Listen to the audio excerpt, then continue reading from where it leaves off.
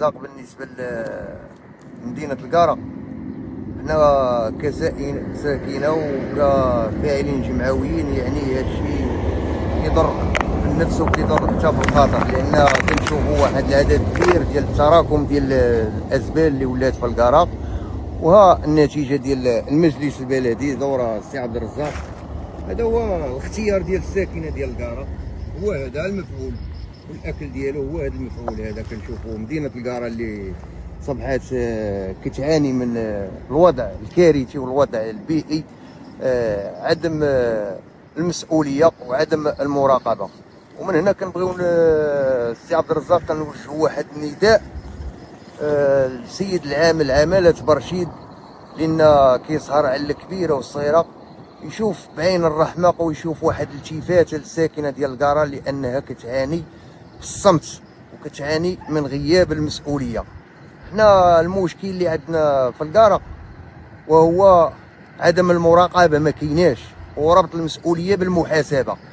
فهنا ملي كنقولوا عندنا مجلس، يعني هنا كيبين لينا على الفشل ديالو. هذا هو الفشل ديال المجلس، وهذا هو الاختيار ديال الساكنه ديال القاره. ها المفعول ديالو وها المنتوج ديالو. السيد الباشا ديال مدينه القاره خاصو يدير واحد الزياره ويشوف الشوارع ويشوف الوضع الكارثي اللي كتعاني منه الساكنه. الباشا ديال القاره كنتمناو يدير واحد الالتفاته ويخرج حتى هو كجميع الباشوات وجميع القياد اللي كنشوفوا، مثلا بحال السيد الباشا اللي كاين في سطات، يعني ساهر على الكبيره والصغيره، كيخرج وكيتحاور مع الساكنه وكيشوف شنو الضرر اللي على الساكنه. وهنا في القاره كنشوفوا ما كاين حتى شي حاجه. وبالنسبه للحد ولاد زيان، الحد ولاد زيان هو في جنبنا تبارك الله، الناس فيه خدامه، سوق نموذجي. دابا القيمه ديالو اللي وصلت مليار و400 مليون. يعني هذا السوق علاش ما يكونش حتى هو واحد السوق نموذجي، ويكون واحد الالتفات، يكون واحد الجماليه للساكنه ديال القاره. فهنا ما نبقاوش نضرقوا الشمس بالغربال على بعضياتنا. والاخوان والساكنه ديال القاره، شوفوا هذا ميساج واصل الساكنه ديال القاره، الاختيار ديالكم راه هو اللي وصلنا لهذه المرحله هذه. وكنتمنوا من الساكنه ديال القاره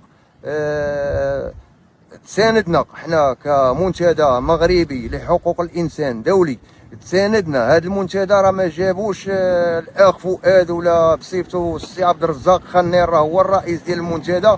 كنتمنوا من الساكنه تواصل معنا، وحنا راه هذا المنتدى جبناه من اجل الساكنه والمعاناه ديال الساكنه. وتحيه للسي عبد الرزاق خنير اللي دائما كيعطينا الجديد ودائما كيحارب رموز الفساد. وحنا مع الخطاب ديال سيدنا الله ينصرو، سيدنا الله ينصرو الله يشافيه، لانه المناضل الاول والسياسي الاول هو اللي كيطالب بالاصلاح وكيطالب، يعني من العيب والعار السي عبد الرزاق. حنا في 2026 وكنشوفوا هذا الوضع بحال ما هو. البطوار حاله كارثيه، البطوار والله الا حاله كارثيه، اللي كتخسر عليه زباله ديال الفلوس وكيتكرب مبالغ خياليه. واش هذا سوق هذا عباد الله؟ واش هذا سوق؟ واش هذا بطوار؟ واش هذه حاله وكارثه عباد الله؟ اللهم انا منكر في هذه القاره. هذا راه منكر، والله الا منكر كاين في القاره كيتمارس على الساكنه في الخفاء. راه هذا الشيء يعني عيب وعار، والله الا عيب وعار. وكنتمنوا هذا الميساج يوصل للسيد العامل مباشره، للسيد العامل عماله برشيد، اللي عندنا فيه واحد الثقه كبيره، واللي سهر على الكبيره والصغيره وقام بواحد عده زيارات لمدينه القاره، يعني زرع فينا واحد شويه ديال الروح النضاليه. وكنشكروا سيد العامل عماله برشيد، ونتمنوا يدير واحد الالتفات لساكنه القاره.